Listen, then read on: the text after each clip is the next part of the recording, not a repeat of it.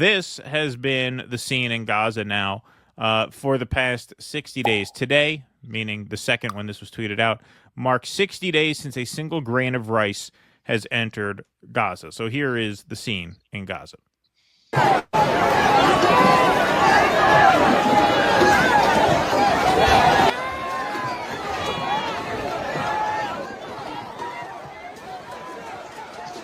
Just absolute horror, chaos to get food, people eating rotten bread, moldy pita.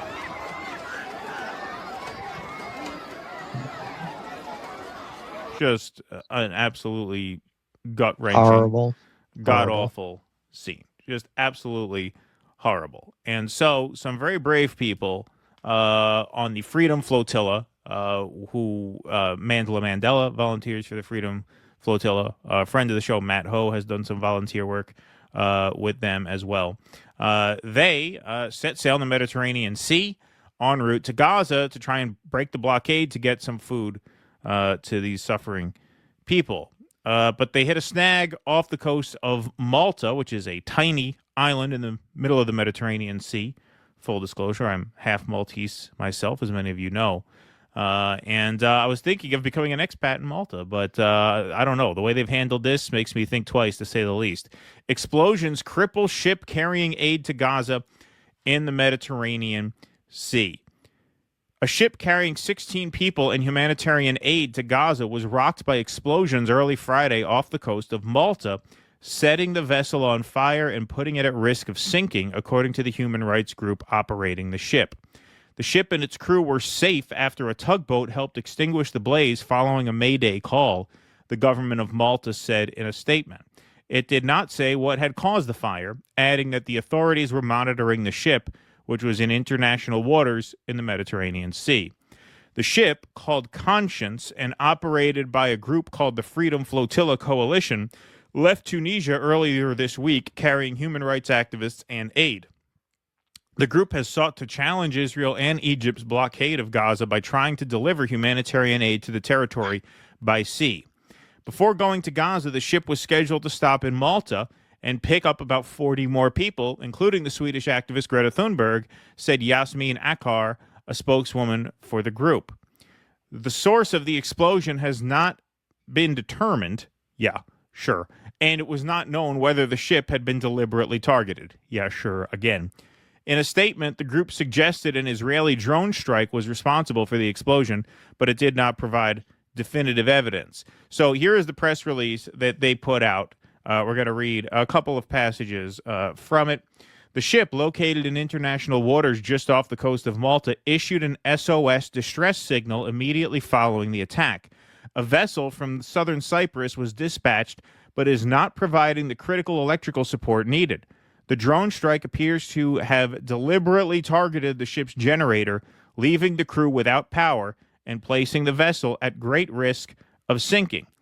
Israeli ambassadors must be summoned and answer to violations of international law, including the ongoing blockade and the bombing of our civilian vessel in international law. I'm assuming they meant in international water. We demand that Malta immediately respond to its obligation and ensure safety of all on board the vessel. The international community condemns this aggression against an unarmed humanitarian aid vessel and demand the Maltese authorities immediately act. All states and political, financial, and military support for Israel's illegal siege, blockade, occupation, and apartheid. I guess it's still legal to read that last sentence for the next, few weeks, I guess. We'll do it while we can, folks. We're men of the law here. So Prem Thacker tweets out alarming footage from last night's attack on Freedom Flotilla carrying aid to Gaza. Between coughs and emergency alarms, humanitarians aboard the Conscious ship show the fire and gaping hole left in the ship's hull by drones. So here is some video of that. We have been attacked. Just a few minutes back, some drones attacked the Conscience. We are asking emergency relief to the Maltese authorities. You got bombed.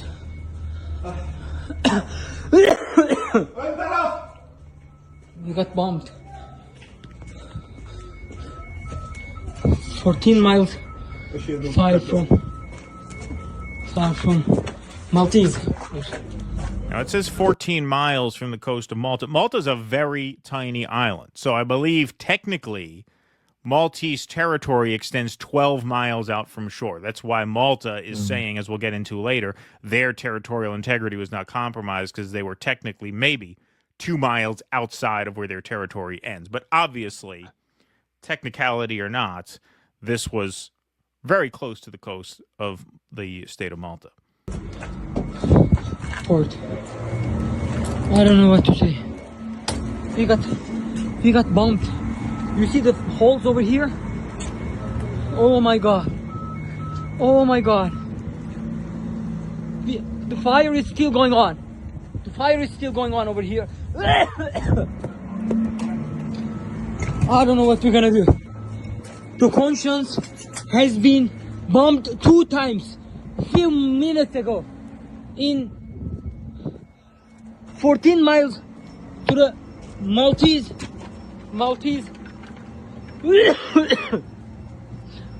port, Valletta. The fire is still going on, but I cannot go ahead. I wanna just. Oh my god! I don't know what to say. I don't know what to say. Oh my god! Oh my god! Hasbunallah ve ni'mel vekil. İsmail abi. So here is what looks like the walking Jew here. The walking Jew and this actress, I forget her name. She'll come up later in the slideshow. I don't want to mispronounce it. But this looks to me like the walking Jew, you know, the activist in New York City. I think he was at the Cornell rally. Looks and sounds just like him. And here is an emergency message that they sent out upon word of this strike. This is an emergency. We need everyone to contact the Malta That's government him, right? now. That's At 12:30 a.m., our ship, the Freedom Flotilla, was attacked by 2 drones. Explosions. You can go see the video footage on our Instagram page. Please, everybody, put pressure on the Malta government to save the crew. There's about 30 souls that had to abandon ship. The ship is on fire. It's taking water. Please, everybody, all hands on deck. We are talking that we are here right now in Malta. We've been here for several days preparing this Freedom Flotilla to break the siege towards Gaza. So we are talking about an attack with drones in international waters in Europe. We are not saying that we are surprised by the enemy, but we need your voices more than ever. We need you to help us. We need you to contact the Maltese government and your authorities or any country, anything you can do. Just please raise your voices because we need to save our crew. We need to make this public as soon as possible. And go watch everything we're going to post on our social media and on Freedom Flotilla social media. And, of course, Greta Thunberg was waiting in Malta to be picked up. So here is a tweet from Medea Benjamin, a video statement from Greta Thunberg and Rebecca Ruiz on the events. The Freedom Flotilla was finally on its way to Gaza.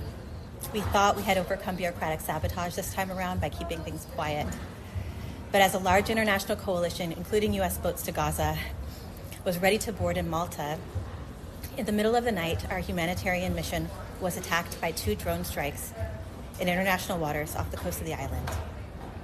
This boat carried family members of humanitarian activists who were attacked on the Mavi Marmara 15 years ago. They were trying to complete their loved one's legacy by responding to a call for solidarity with the people of Palestine to break Israel's deadly blockade. But again, as the Freedom Flotilla carried desperately needed aid across the Mediterranean, our opponents were loading their weapons. The Freedom Flotilla is an international mission of unarmed civilians and only carrying humanitarian aid. Attacking a humanitarian mission is a war crime. We need you to demand your government to stop all aid to Israel and demand an end to the illegal siege. We are sending you all love and rage and solidarity from the Mediterranean Sea. Free Palestine. Amen. You know, I know people give Greta Thunberg a lot of shit, but I got to say, anybody who's willing to get on that boat is a bigger, braver person than I am. I got to say that. So, détente. You hear that? That's the word. Lay off Greta Thunberg. That's the word. It's the word from dissident headquarters. Well, you have this on both sides. When you get somebody who winds up being a very potent symbol for a certain point of view, the other side will do everything they can to give them the ick, to make them icky. You can't associate with them. I mean, listen, if you're, she's not a kid anymore, but the way these people were going after her when she's like a 16-year-old girl, Right? Yeah. what the fuck's wrong with you? Yeah. What's wrong with you? Like that is she's even if you don't agree with her, why would you go at her like that? Right. Okay, that's you're you consider yourself like a man, Yeah. and you come at a 16-year-old girl in that way. Yeah. Like, you know, now she's a woman, but she wasn't at that time. And yeah, you make a good point. You know, a lot of people say, "Oh, she's working with the WEF and she's a plant and she's Really? an op." You I see don't know, Klaus man. Schwab on that boat? That's what I was just gonna say, man. I mean, if you were thinking that, maybe you should reevaluate that because I don't think they put their assets on those boats. No. That is not a safe place to be on that boat, obviously. And I hate to say this. I hesitate to say this because I don't even want to put it out there, but, you know, what happened here could have been even more dangerous had they actually made it to Gaza. Like what can happen there. We've seen attacks on aid workers. They'll freaking snipe them. Yeah, they don't have any reservation about hurting aid workers fatally. So, yeah, I mean, obviously it's a horrible thought, but how can you help but think it? Look what They'll they did. investigate themselves. How do they know? How do they look? They shot at a specific place on the boat here. How'd they know there was going to be a person walk out there? They had no idea. All 16 of those people could have been killed. No, it sounds to me like they were trying to sink it and they botched it. Yeah, exactly. So here it is. Nicole Genez, that's her name. Sorry, and I didn't want to say it wrong before. We disappeared for a few hours because we went back to check on our comrades from Freedom Flotilla on conscience. I cannot find my words to describe the resilience and humanity I witnessed. Stay tuned for all of our news and please share everything. Okay, so this was sort of after daybreak. The strike happened in the middle of the night. So I guess when day broke, they sailed out to find the ship, and here they are.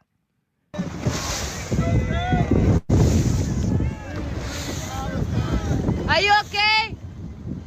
Are you? Free Palestine! We're coming! Those are our colleagues, volunteers, and they just saw us on the conscious. Free Palestine!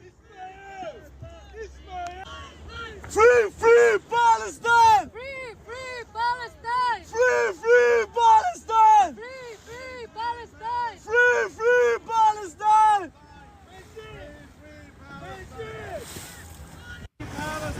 Free Palestine! Free Palestine!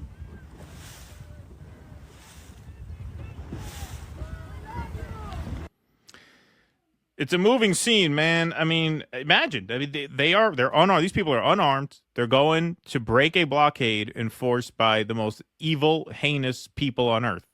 I mean, you gotta have fucking balls of steel to do that shit. I mean, you just gotta be made of something different to get on that boat. To even go to that region, man. I mean, I said that when we had Lafredo on Jimmy's, man. Like, yo, I wouldn't go there as a journalist because you know they are willing to assassinate you. Of course. And Americans. No one is going to hold them to account. Nobody. There's going to be no accountability. You're talking about one of the most evil regimes on the planet, compounded with this unique, privileged position where no one's going to do anything. And they know that. They know that. I can't imagine a more dangerous situation to be in as a journalist. Yeah. No. Not going to be the State Department coming down on them if they kill you. No. They killed Shireen Abu Akleh. She was an American. Aizar Ezgiagi, an American. They don't give a shit. They don't give a shit. You roll in there on a boat. You're a sitting duck off of Maltese land. They hit you with an airstrike. I mean, It's just incredible courage that these people have. We know, our friend Matt. They've done it again and again. The World Kitchen. Yeah, World Central Kitchen. Just killed 15 medics. Yeah, yep. We fired the commander. Yeah, that was a mistake. Yeah. No, it is just absolutely extraordinary what these people are made of. Now here, we're going to go out of chronology a little bit because this is sort of a second part of this that I think we really have to include here, which is what's with the Maltese government. So here is an update from the attacked Gaza aid ship. They're trying to enter Maltese territory because of damage and fears of a possible second attack. The Maltese Coast Guard is allegedly blocking them. I'm just following orders from higher authorities, an officer is heard over the radio. So as I mentioned, Maltese territory apparently extends 12 miles out from shore. They were apparently 14 miles out, not technically in their territory, so they're trying to get permission to enter, and they can't get it. Now, keep in mind, Malta was among the first EU countries, if not the first EU country, to call for a ceasefire. So it is a bit surprising and more than a bit disappointing that they were giving these people a hard time in this moment. Waters. There is the patrol boat or Malta GTS on channel 69. Always coordinate with Malta GTS on channel 69 or the patrol boat which is in the area. Over. Sir, I can understand you, but this is negative because we are feeling unsafe here in this location, and we are asking you just to enter at least 3 to 4 miles extra to feel safe in the area. We are still in the international water, and we are expecting another terrorist attack to our pledge field. Otherwise, you will be the part of the criminal court, sir. From my side, Captain, I am just following orders from higher authorities. I cannot give you authorization to enter territorial waters. Over. Sir, please check with your seniors again. And this is not something... Yeah, so again, just kind of being stonewalled there by the Maltese. You saw the lighting there. This is obviously right around sunrise. The attack happened overnight, so this was obviously a few hours after the initial strike. They're trying to get in. Now, later in the day, of course, this is the same crew that we saw go out there. Freedom Flotilla civilian ship Conscious stranded after drone attack. Maltese authorities blocking aid delegation. We, meaning those on the boat there, were intercepted by the armed forces of Malta and forced to turn back under threat of arrest. So you see, they didn't get terribly close to the boat, as we saw in the last video. So here they are here being chased back to shore. In front of the Conscious, seeing our colleagues, and also seeing in front of us a military ship that forbids us to come close. That is trying so hard to intimidate us. We do not understand why they have to. We're not doing anything wrong. We live in a world where we're villains because we want to help. You can see them roaming around, filming us. It's fine. Cheap intimidation tactics. That's our other boat that we came with. And here they are. That's our Conscience. All this military for what? For civilians. Yes, and they are taking pictures of us. Nice. You blow them a kiss. So, Israeli military plane never entered Maltese airspace, says the government. Malta Today, one of the papers of record apparently in Malta, obtains official flight path of Israeli military aircraft showing it circled over Herd's Bank but never entered within the 12-mile territorial airspace. Malta's Maritime Security Committee continues to monitor situation concerning humanitarian vessel targeted in alleged drone attack. However, Times of Malta seems to contradict that using independent technology. Israel military planes circled Malta hours before Flotilla drone attack. Government says territorial integrity not compromised. A military aircraft left Israel on Thursday and circled Malta hours before Gaza Freedom Flotilla claimed its vessel was attacked by drones just outside Maltese waters. The movement of the C-130 Hercules was reported in detail by online flight tracker ADSB Exchange. Times of Malta has independently confirmed the movement of the Israeli aircraft and that it spent around 3 hours in Malta's airspace before returning to Israel. Don't forget, we're talking about, in the scheme of things, a few feet here, really. Mm-hmm. I mean, a couple miles, 10,000 feet. What's that to an airplane, right, whipping around in the sky? But they're saying that technically, according to this independent, non-governmental radar, that they were in Malta's airspace. It showed the Israeli aircraft hovering above Malta for a while before making a series of maneuvers over Herd's Bank to the east of the island at a relatively low altitude of around 5,000 feet. The plane returned to Israel about 7 hours later, flight tracking data shows. What happened is very serious. Israel appears to have flown an unauthorized military aircraft over Malta, an EU state, and in breach of our neutrality. This is very serious, said one military source who spoke on condition of anonymity, because obviously the official government line there is that Israel did not violate their airspace. And so here's a brief, but I think spot-on op-ed in the Times of Malta criticizing the government for not taking a firmer stand on this. A small neutral state must also draw red lines and be seen to do so. The questions are many in the unfolding story around the Conscience, the Freedom Flotilla ship stuck on Herd's Bank on its way to Gaza, where it purportedly aimed to deliver humanitarian aid. The certainties, what we actually do know, is hardly reassuring, but it's worth starting with them. A civilian ship is struck by drones in international waters just off Malta. This is an extraordinary occurrence, and it goes without saying, breaches international maritime law. The Conscience's crew, passengers, and would-be passengers waiting to board the ship in Malta all stress the humanitarian character of the cargo. The aim is to try to reach Gazans who, according to the United Nations Secretary General and specialized humanitarian agencies, the International Committee of the Red Cross, and international humanitarian organizations, are in absolutely desperate need of aid.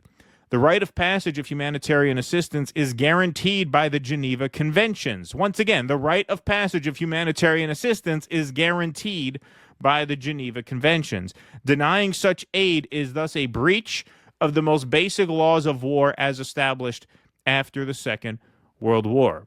Now to the many unanswered questions. Is it correct that the Conscience was denied access to Maltese territorial waters after it was struck? It appears it was. We saw it on video. If so, on whose orders and on what grounds? There does not seem to be any reasons to deny a civilian ship access to Maltese waters, in particular when it was taking in water and had no electricity.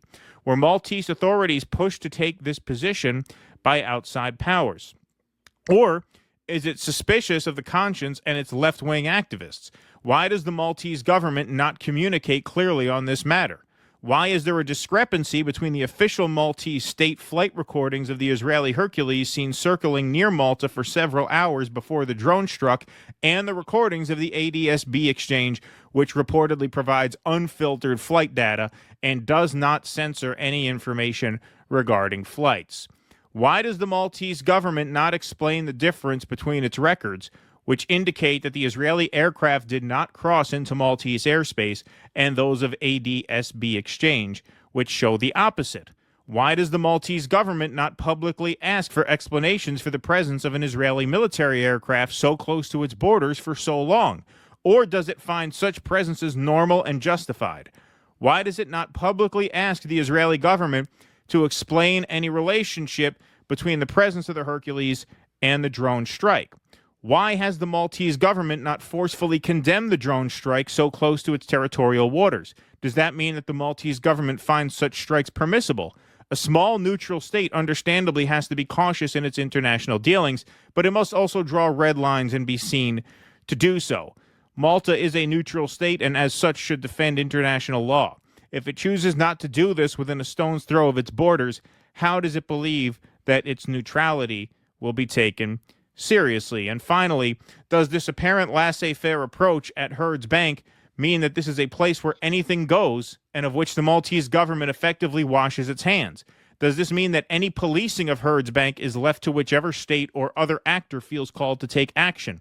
The Conscience incident leaves us with some very disconcerting certainties, many more unanswered questions, and seemingly blatant manifestations, of the lack of conscientious behavior on the part of many of the actors directly implicated. So, as she says there, Malta is a very tiny neutral state and feels it must tread lightly. It has reason to fear for its own safety and its own territorial integrity, especially when just across the sea there is this mafia state that clearly did this brazen act of violence. And it seems like, to me, they are cowering for that reason. Now, the history of Malta is a little complicated in this respect because the Allies used Malta for military bases during World War II, and Malta was among the most heavily bombed territories in the Second World War. Between 1940 and 1944, Malta was struck over 3,300 times by aerial bombing campaigns. And so the dark irony here is when you look at these images from Malta, circa World War II, what do they kind of remind you of? Distribution of water near King's Gate under police guard. Long lines for pasteurized milk. Children in the rubble posing for a photo after an air raid. Kind of looks eerily like Gaza now, does it not? And the Maltese are essentially Arabs. I mean, they're 60 miles off the coast of Sicily, but just a little over 100 miles off the coast of Libya. The language is mostly derived from Arabic. You notice the guy's accent on the other end of the phone kind of sounded Arabic. I'm pretty sure the captain was Turkish. Yeah. So here's some scenes. Look at that. Living in makeshift rooms. Like I said, 3,300 bombs, 3,300 airstrikes on the island of Malta during the Second World War. They are kind of a sitting duck out there, and it seems to me like they are being intimidated and that they are covering for this by denying that Israel flew in their airspace.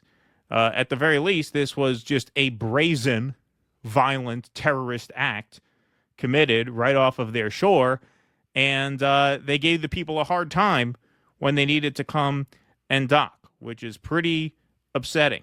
Pretty upsetting. And we have a stake in this because Russell and I were thinking of relocating this operation to Malta if the going got rough here. So it's kind of crazy that this happened. But yeah, it's really unfortunate. They were among the first to call for a ceasefire among the EU nations.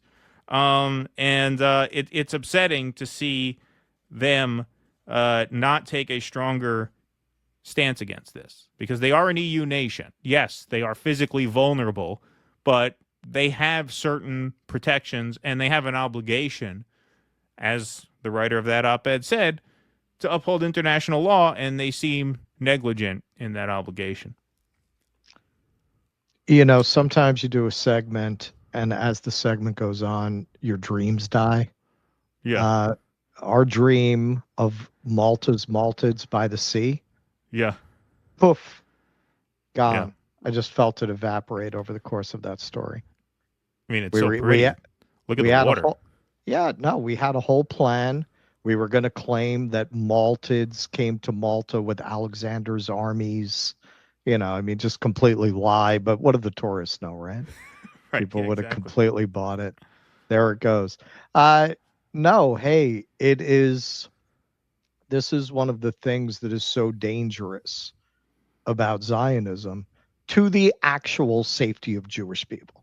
Not the fucking psychopaths living in Israel and trying to maintain this apartheid project, but actual non-psychopathic Jewish people. What impression are people to take away from the fact that the Zionists have so much power to make governments act in ways that are clearly not what you would expect of them? The Maltese, they're a neutral country. Do they, as you said, they were the first ones to call for a ceasefire? Among the first. I don't know for a fact they were the first, but they were very early on. Yeah. Does it really seem temperamentally and politically consistent that they would block a damaged aid ship from coming to their shores for safety? So who put that pressure on them? How did they put that pressure on them? What were they threatened with to conduct themselves in this way? In order to preserve this horrific, as really as horrific as anything you can find in history, example of a settler colonial project, we're destroying the entire moral legitimacy of the West. Not to say that it was on any kind of meaningful grounding to begin with, but the myth of it has been destroyed by this, and they're willing to continue to stomp on it in order to maintain this one, I believe, crumbling apartheid state. It's crumbling. People are fleeing, their businesses are collapsing. However this turns out, at best for them, it is going to be the textbook Pyrrhic victory. What are you going to end up with? Yeah. What country are you going to have left at the end of this? Don't forget, on top of all that, they were in political crisis before October 7th. Right. It's a very, very sad thing, but obviously much solidarity and love to the people who get on that boat. I mean, they're made of something different from me, man. I mean, that is courage on a level that is just very moving to see. And the more of this stuff you see, the more optimism it gives you that, yes, there will be justice for this. Yes, there will be, hopefully, down the line, some reconciliation for this in the form of a free Palestine. Please clap.